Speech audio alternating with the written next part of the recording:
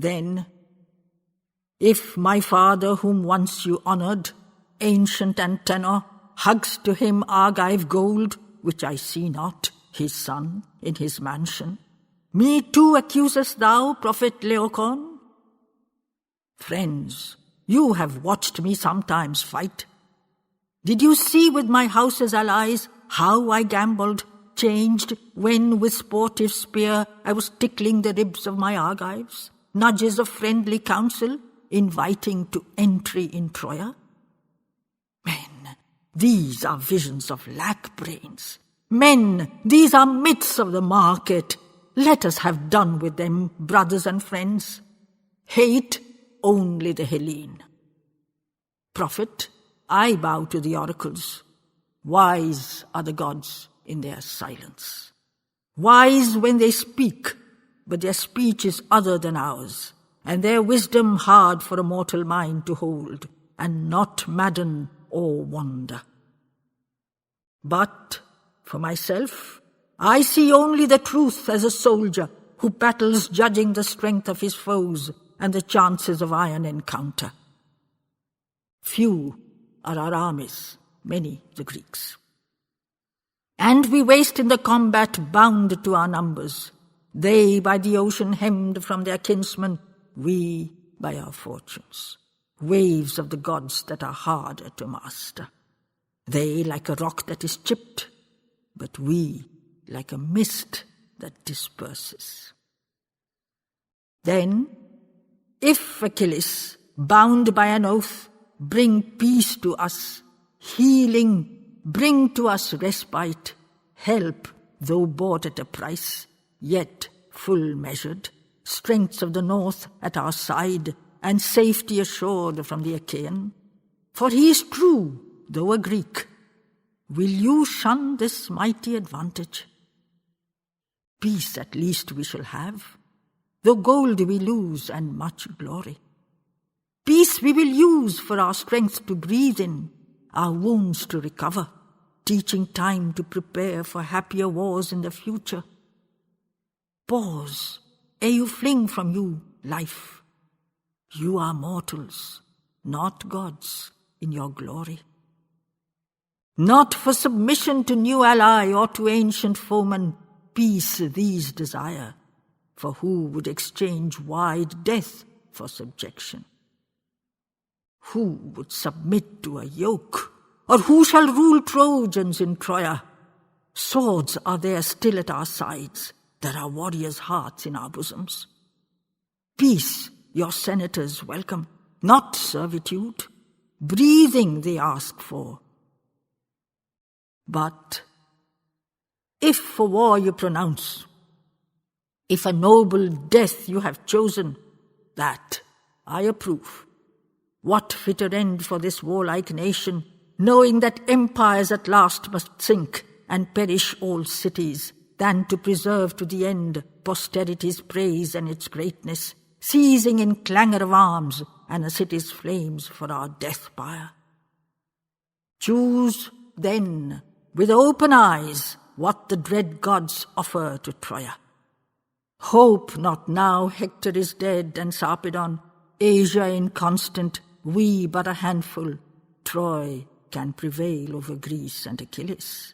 Play not with dreams in this hour, but sternly, like men and not children, choose with a noble and serious greatness fates fit for Troia. Stark we will fight, till buried we fall under Ilion's ruins, or, unappeased, we will curb our strength for the hope of the future. Not without praise of his friends and assent of the thoughtfuller Trojans, Helymus spoke, and ceased. But now, in the Ilion forum, bright of the sun-god array, and even before he had spoken, sending the joy of his brilliance into the hearts of his hearers, Paris arose. Not applauded his rising, but each man towards him eagerly turned, as if feeling that all before which was spoken were but a prelude, and this was the note he has waited for always. Sweet was his voice like a harp's, when it chants of war, and its cadence softened with touches of music thoughts that were hard to be suffered. Sweet like a string that is lightly struck, but it penetrates wholly.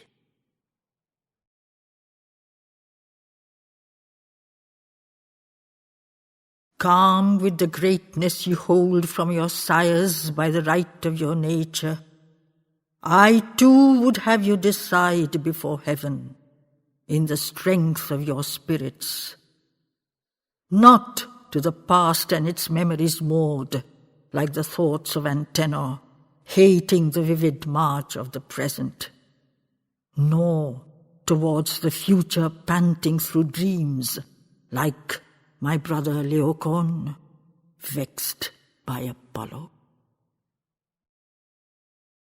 Dead is the past. The void has possessed it.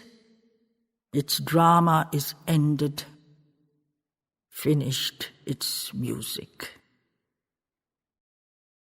The future is dim and remote from our knowledge. Silent it lies on the knees of the gods in their luminous stillness. But to our gaze, God's light is a darkness. His plan is a chaos. Who shall foretell the event of a battle, the fall of a footstep? Oracles, visions and prophecies voice but the dreams of the mortal, and 'tis our spirit within is the Pythoness tortured in Delphi. Heavenly voices to us are a silence, those colours a whiteness. Neither the thought of the statesman prevails, nor the dream of the prophet. Whether one cry, "Thus devise, and thy heart shall be given its wanting," vainly the other, "The heavens have spoken, hear then their message." Who can point out the way of the gods and the path of their travel? Who shall impose on them bounds and an orbit? The winds have their treading. They can be followed and seized, not the gods, when they move towards their purpose. They are not bound by our deeds and our thinkings. Sin exalted seizes secure on the thrones of the world for her glorious portion. Down to the bottomless pit the good man is thrust in his virtue.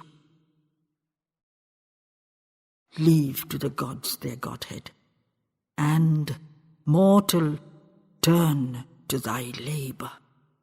Take what thou canst from the hour that is thine, and be fearless in spirit. This is the greatness of man, and the joy of his stay in the sunlight. Now, whether over the waste of Poseidon the ships of the Argives, empty and sad, shall return, or sacred Ilion perish, Priam be slain, and forever cease this imperial nation, these things the gods are strong to conceal from the hopings of mortals. Neither Antenor knows, nor Laocoon. Only of one thing man can be sure: the will in his heart and his strength in his purpose. This too is fate, and this too the gods, nor the meanest in heaven. Paris keeps what he seized from time and from fate, while unconquered life speeds warm through his veins, and his heart is assured of the sunlight. After 'tis cold, none heeds, none hinders. Not for the dead man earth, and her wars and her cares, her joys and her gracious concessions, whether forever he sleeps in the chambers of nature unmindful, or into wideness wakes like a dreamer called from his visions. Ilion in flames I choose, not fallen from the heights of her spirit. Great and free has she lived since they raised her twixt billow and mountain. Great, let her end. Let her offer her freedom to fire, not the Hellene. She was not founded by mortals. Gods erected her ramparts, lifted her piles to the sky, a seat not for slaves, but the mighty. All men marveled at Troy.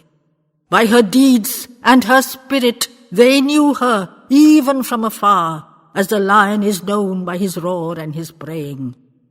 Sole she lived, royal and fell, erect in her leonine nature. So, O her children, still let her live, unquelled in her purpose, either to stand with your feet on the world oppressing the nations, or in your ashes to lie, and your name be forgotten forever. Justly your voices approve me, omnipotent children of Ilus. Straight from Zeus is our race, and the thunderer lives in our nature. Long I have brooked this taunt, that Paris was Ilion's ruin, born on a night of the gods and of 80, clothed in a body.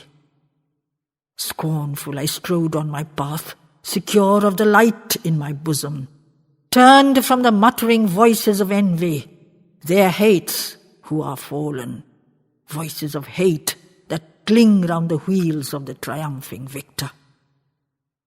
Now if I speak, 'tis the strength in me answers, not to belittle that excusing which most I rejoice in, and glory forever. Tyndaris' rape, whom I seized by the will of divine Aphrodite. Mortal this error, that Greece would have slumbered apart in her mountains, sunk by the trumpets of fate unaroused, and the morning within her. Only were Paris unborn, and the world had not gazed upon Helen. Fools, who say that a spark was the cause of this giant destruction. War would have stridden on Troy, though Helen was still in her Sparta, tending an Argive loom, not the glorious prize of the Trojans. Greece would have banded her nations, though Paris had drunk not Eurotas. Ghost against ghost I set not, nor Ilion opposite Argos. Phrix accuse, who upreared Troy's domes by the azure Aegean. Curse Poseidon, who fringed with Greece the blue of his waters. Then was this war first decreed, and then Agamemnon was fashioned. Armed he strode forth in the secret thought that is womb of the future. Fate and necessity guided those vessels, captained their armies. When they stood mailed at her gates, when they cried in the might of their union, Troy, renounce thy alliances, draw back humbly from Hellas. Should she have hearkened, persuading her strength to a shameful compliance? Ilion, queen of the world, whose voice was the breath of the storm gods? Should she have drawn back her foot as it strode towards the hills of the Latins? Thrace left bare to her foes, recoiled from Illyrian conquests? If all this without battle were possible, people of Priam, blame then Paris. Say then that Helen was cause of the struggle. But I have sullied the hearth and unsealed the gaze of the Furies. Heaven I have armed with my sin. I have trampled the gift and the guest right. So was Troy doomed, who righteous had triumphed, locked with the Argive. Fools, or hypocrites!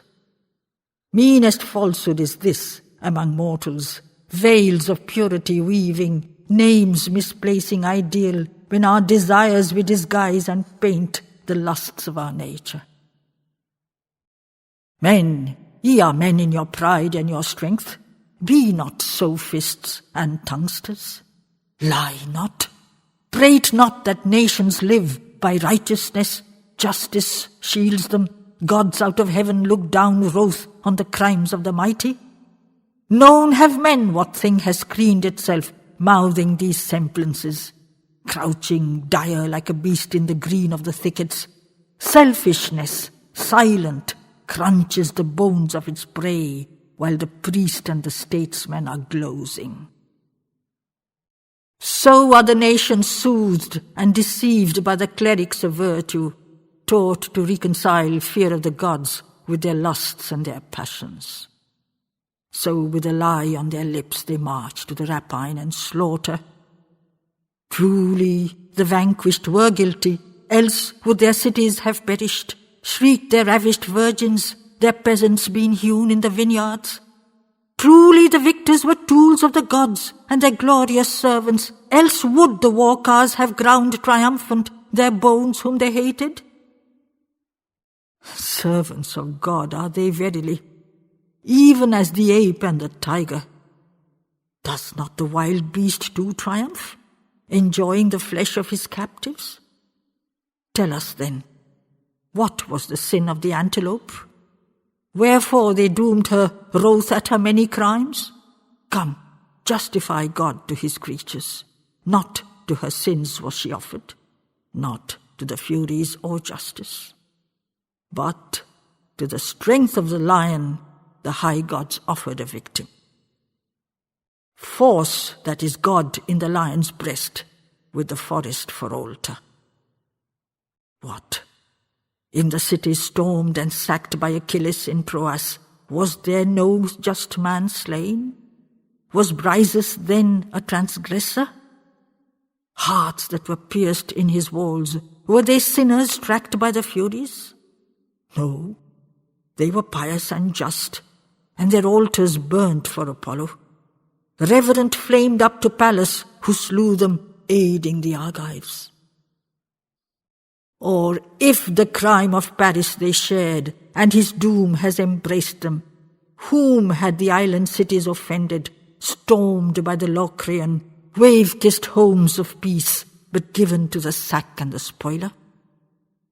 Was then King Atreus just, and the house accursed of Pelops, Tantalus' race, whose deeds men shuddering hear and are silent? Look, they endure. Their pillars are firm. They are regnant and triumph. Or are Thyestean banquets sweet to the gods in their savour? Only a woman's heart is pursued in their wrath by the Furies. No. When the wrestlers meet and embrace in the mighty arena, not at their sins and their virtues the high gods look in that trial. Which is the strongest? Which is the subtlest? This they consider. Nay, there is none in the world to befriend save ourselves and our courage. Prowess alone in the battle is virtue. Skill in the fighting only helps. The gods aid only the strong and the valiant. Put forth your lives in the blow. You shall beat back the banded aggressors. Neither believe that for justice denied your subjects have left you, nor that for justice trampled Pallas and Hera abandon. Two are the angels of God, whom men worship, strength and enjoyment. Into this life which the sunlight bounds and the greenness has cradled, armed with strength we have come. As our strength is, so is our joyance. What but for joyance is birth, and what but for joyance is living? But on this earth that is narrow, this stage that is crowded, increasing one on another, we press. There is hunger for lands and for oxen, horses and armour and gold desired, possession allures us, adding always as field to field some fortunate farmer. Hearts too and minds are our prey. We seize on men's souls and their bodies, slaves to our works and desires, that our hearts may bask, golden in leisure. One on another we prey, and one by another are mighty. This is the world, and we have not made it, if it is evil. Blame first the gods, but for us we must live by its laws, or we perish. Power is divine. Divinest of all is power over mortals. Power then the conqueror seeks, and power the imperial nation, even as luminous, passionless, wonderful, high over all things, sit in their calmness the gods, and oppressing our grief-tortured nations, stamp their wills on the world. No less in our death-besieged natures gods are, and altitudes. Earth resists, but my soul in me widens, helped by the toil behind and the age-long effort of nature. Even in the worm is a god, and it rides for a form and an outlet. Workings immortal, obscurely struggling, hints of a godhead labour to form in this clay a divinity.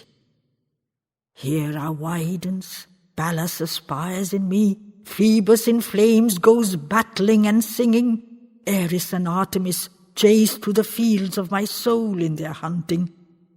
Last, in some hour of the fates, a birth stands, released and triumphant. Poured by its deeds over earth, it rejoices, fulfilled in its splendour. Conscious dimly of births unfinished, hid in our being, rest we cannot. A world cries in us for space and for fullness. Fighting we strive by the spur of the gods who are in us and o'er us, stamping our image on men and events, to be Zeus or be Eris.